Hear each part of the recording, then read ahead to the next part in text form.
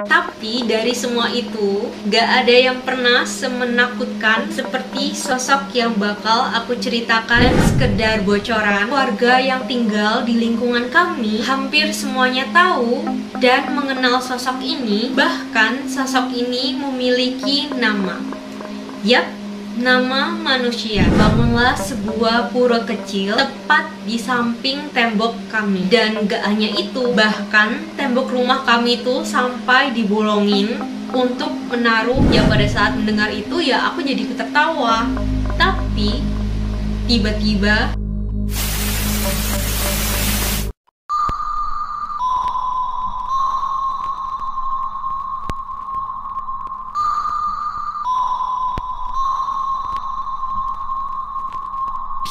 Hi Love Visible, it's me Ensa Trixie. Welcome back to my YouTube channel. How are you guys? Aku harap kalian semua dalam keadaan baik-baik saja ya.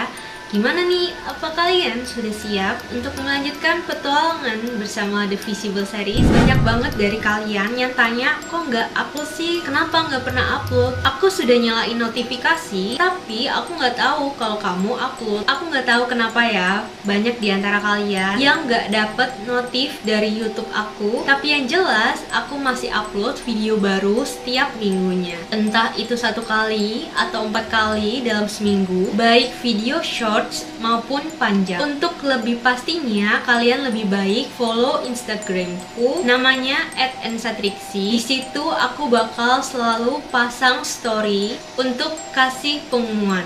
Oke, dan aku mau bahas sedikit nih. Banyak banget dari teman-temanku yang suka tanya kayak sosok-sosok apa aja sih yang pernah kamu lihat selama ini? Sosok seperti apa sih yang paling seram untuk dilihat? Well, kalau sosok-sosok yang bentuknya seperti manusia udah biasa ya. Baik yang Indonesia, Tionghoa, Jepang maupun Belanda. Aku juga pernah lihat yang tangan aja, yang kaki aja, yang kepala aja. Bahkan ada juga yang kepalanya itu terbalik. Di luar itu, aku juga pernah ketemu kayak poci, kuntilanak cewek maupun cowok, gundurwo, buto, tuyul, wewe gombel, banaspati, bola api gitu, siluman, contohnya kayak setengah manusia, setengah ular, atau yang bentuknya binatang kayak buaya, burung, harimau, dan lain sebagainya. Tapi dari semua itu, gak ada yang pernah semenakutkan seperti sosok yang bakal aku ceritakan di episode kali ini. Apa kalian ingat, aku pernah cerita ke kalian bahwa aku memutuskan untuk gak menjudge sosok-sosok itu lagi berdasarkan penampilannya. Namun gak bisa dipungkiri nih, sebelum memasuki kebijaksanaan itu, ada masa dimana aku ketakutan saat melihat sosok-sosok tertentu, dan yang satu ini itu sempat membuat aku kayak kesulitan tidur karena merasa trauma banget. Bocorannya, sosok ini adalah sosok yang paling terkenal dan ditakuti di Bali. Ada yang bisa menebak kira-kira sosok seperti apa? Kisah di episode kali ini terjadi pada tahun 1998 dan sekedar bocoran, warga yang tinggal di lingkungan kami hampir semuanya tahu dan mengenal sosok ini. Bahkan sosok ini memiliki nama. Yap, nama manusia. Serem banget kan? Tapi sebelum lanjut ceritanya, aku seperti biasa ingin menyapa dulu nih bagi kalian yang baru bergabung. Hai pendatang baru, aku ucapkan selamat datang. Jangan lupa untuk klik subscribe, like, komen, dan share agar aku bertambah semangat lagi ya dalam membuat video baru. Oke love, gak usah berlama-lama lagi, let's get started. Sesuatu yang baru itu bukan untuk ditakuti, melainkan untuk diamati, kemudian dipelajari. Jadi sebelumnya, aku mau cerita sedikit mengenai kondisi rumah ini, biar kalian bisa tahu atau dapat gambaran besarnya dan kenapa sih rumah ini ditakuti kemudian dihormati oleh warga sekitar. Rumah kami yang lama ini bentuknya memanjang. Singkatnya itu kayak gini. Jadi gerbang, halaman depan, sumur, parkiran, terus studionya papi, ada halaman lagi, terus rumah utama, baru halaman belakang. Nah, di halaman belakang ini ada kolam dan tempat duduk-duduk gitu. Kita banyak banget melihara hewan.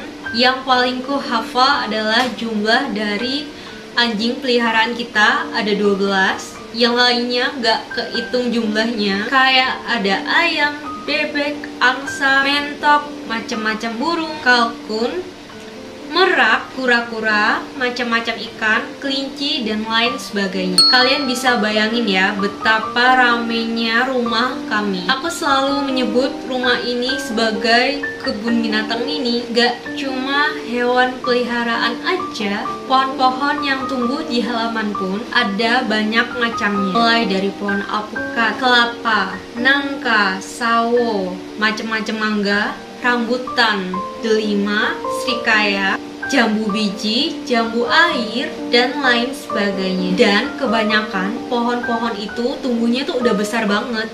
Jadi kelihatan banget lah dari arah luar bahwa di dalam rumah itu ada banyak pohon-pohon yang besar. Nah, kalau sudah berbicara mengenai pohon-pohon besar, tentu saja pohon-pohon itu sudah tumbuh bertahun-tahun, bahkan puluhan tahun. Aku nggak tahu ada histori apa mengenai rumah itu dahulu kalanya, tapi warga sekitar itu memang sering melihat penampakan-penampakan dari dulu banget. Jadi kayak turun-temurun gitu, mereka itu sudah pada tahu dan sudah ada semacam cerita lah yang menyebar dari satu warga ke warga yang lain, sehingga rumah kami itulah yang sering disebut sebagai rumah angker di lingkungan sekitar situ. Hebatnya lagi, penduduk sekitar itu tahu loh siapa yang menghuni sumur tua, siapa yang menghuni pohon jambu air, dan lain sebagainya. Terkenallah rumah kami di lingkungan itu. Jadi bisa dibilang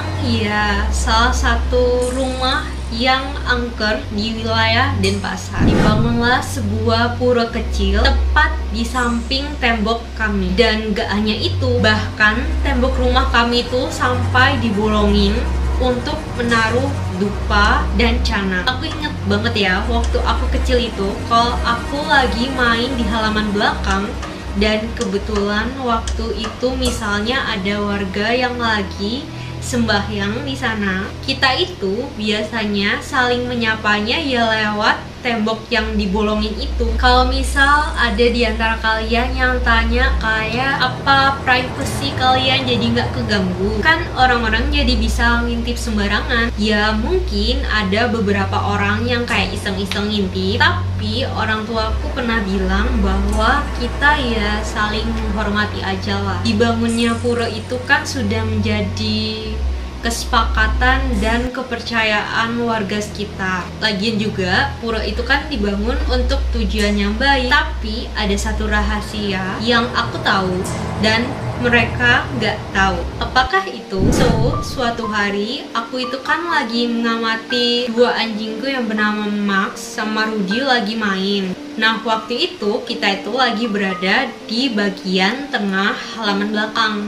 Dimarahin lah aku sama mami. Mami bilang kayak, Ensa, jangan main di situ. Nah, aku itu kan namanya juga anak kecil ya. Jadi aku tuh menoleh, tapi nggak mau berdiri. Soalnya itu menurut aku itu adalah tempat yang perfect banget untuk mengamati tingkah laku Max dan Rudy yang lagi bermain. Terus akhirnya papi bilang, sini, mami sama papi mau metik alpukat. Kamu mau ikut nggak? Kata papi sambil menunjuk pohon alpukat yang nggak begitu jauh dari posisinya. Karena di rumah kita kan kebanyakan kan pohon buah-buahan ya. Jadi kegiatan memanen seperti ini itu sudah sering terjadi dan berlangsung setiap kurang lebih seminggu sekali atau 2 minggu sekali. Ya pada awalnya sih emang merasa menyenangkan, tapi untuk anak kecil kayak aku di umur segitu, kurang lebih umurku waktu itu 4 tahun, ya lama-lama itu menjadi agak membosankan. Kalau sekarang sih seneng banget gue kalau disuruh manen-manen. Akhirnya karena sudah 2 kali kan, akhirnya ya aku memaksa diri aku untuk berdiri lalu menghampiri papi. Ya meskipun dengan menyeret kaki dan setengah hati gitu. Nah aku inget banget ada momen dimana tiba-tiba papi itu mengangkat tubuh aku. Terus kayak apa ya, kayak diterbangkan gitu loh, kayak ala-ala pesawat terbang yang sedang mengudara. Raut wajahku pun berubah menjadi ceria. Aku membentangkan kedua tangan lalu terkekeh karena wajah aku itu kan diterpa hembusan angin. Jadi geli gitu lah. Nah, adrenalinku itu terpacu karena papi itu kan mengangkatnya sambil muter ya. Dan rasanya itu sangat seru. Ini adalah salah satu momen yang gak terlupakan. Dan pada saat itu namanya juga anak-anak ya. Dan aku kayak menghayalkan, oh beginilah rasanya ketika menjadi pesawat terbang. Pada saat itu ada seekor anjing kami yang lain yang menyalak-nyalak kayak menyiratkan pengen ikut bermain. Ya pada saat mendengar itu ya aku jadi tertawa. Tapi tiba-tiba tawaku itu berhenti pada saat papi menurunkan tubuhku tepat di depan pohon alpukat. Jadi aku inget banget pohon alpukatnya itu udah tinggi banget. Salah satu pohon terbesar atau tergede lah ya di rumah kita. Secara otomatis mataku itu langsung mengerjap-ngerjap. Dan selama beberapa saat fokusku itu hilang waktu papi bilang, "Ensa, mau coba petik nggak?" Dan aku tuh langsung menggeleng dengan cepat, terus berusaha fokus lagi. Tapi tanyalah, ada apa? Terus timbullah sebuah ide untuk mengetes penglihatan papi. Bukannya menjawab, aku justru menunjuk ke arah salah satu bagian cabang pohon. Mata papi itu bergerak mengikuti arah telunjukku, terus bilang, "Memangnya ada apa sih? Ada tupai." Ternyata walaupun sudah aku tunjuk, papi itu nggak tahu keberadaan sosok ini. Kali ini aku nggak menghiraukan papi karena aku tuh berusaha memahami apa sih yang ada di atas pohon alpukat itu. Berbagai pertanyaan langsung bermunculan di dalam benak aku. Semakin lama memandang, aku bisa semakin jelas melihat sosok itu. Posisinya pada saat itu sangat aneh, kelihatan gak masuk akal. Sosok itu tuh gak berdiri dan gak duduk, gak juga merangkak, atau mungkin karena pada saat itu aku sama sekali gak bisa melihat keberadaan tubuh si sosok ini. Jadi kelihatan bagian kepala aja, yang lainnya itu ketutupan daun-daun yang ada di pohon itu. Waktu itu aku hanya lihat ada sebuah kepala dan dagu yang nyaris menempel di dahan pohon. Ya hanya hal itu aja yang membuat si sosok ini kelihatan ada. Jangan bilang-bilang, perintah wanita itu dengan suara pelan tetapi tajam, syarat makna. Rambut hitam kelamnya berkibar-kibar karena tertiup angin. Beberapa helai diantaranya menutupi bagian wajahnya yang tampak pucat. Anehnya, dia sama sekali nggak kelihatan terganggu. Dan tunggu, apakah itu sebuah taring? Batin aku. Aku menatap benda berwarna putih yang mengkilat yang mencuat dari salah satu sudut bibirnya. "Bu, banyak banget," kata Mbak yang sedang berjongkok di samping Mami. Seperti anak kecil pada umumnya, kali ini aku normal. Suatu perkara mudah untuk mengalihkan perhatianku. Aku segera berlari menuju ke Mbak, ingin tahu apa sih yang membuat Mbak itu kelihatan bersemangat. Baru seperempat jalan, aku langsung menghentikan langkah, berbalik menghadap ke arah papi yang sudah berada agak jauh dari posisiku. Aku akhirnya jawab, "Bukan apa-apa, Pi." Padahal kan ya pertanyaannya papi itu sudah terlontar beberapa waktu yang lalu. Awalnya papi tuh kayak mengernyitkan dahi, tapi akhirnya mengangguk sambil mengibaskan tangan, kayak ya udah pergi sana gitu. Sementara itu, si wanita bertaring, begitu aku menyebut dia, sudah menghilang. Meskipun demikian, aku masih bisa merasakan keberadaannya di sekitar rumah itu. Aku sangat yakin bahwa kami akan bertemu kembali dalam waktu dekat. Dan untuk itu,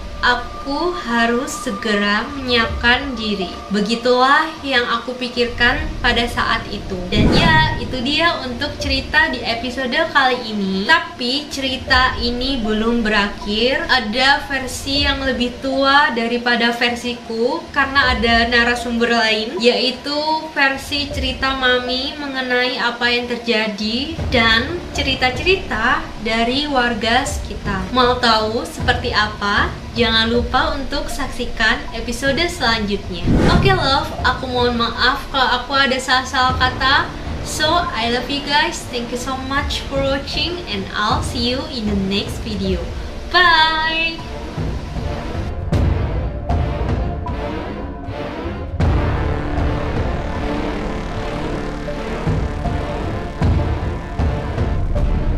Bisa-bisa. Sosok-sosok apa aja?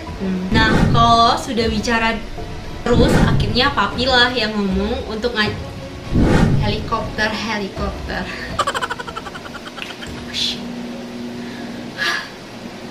Gak kedengeran ya kalian ya.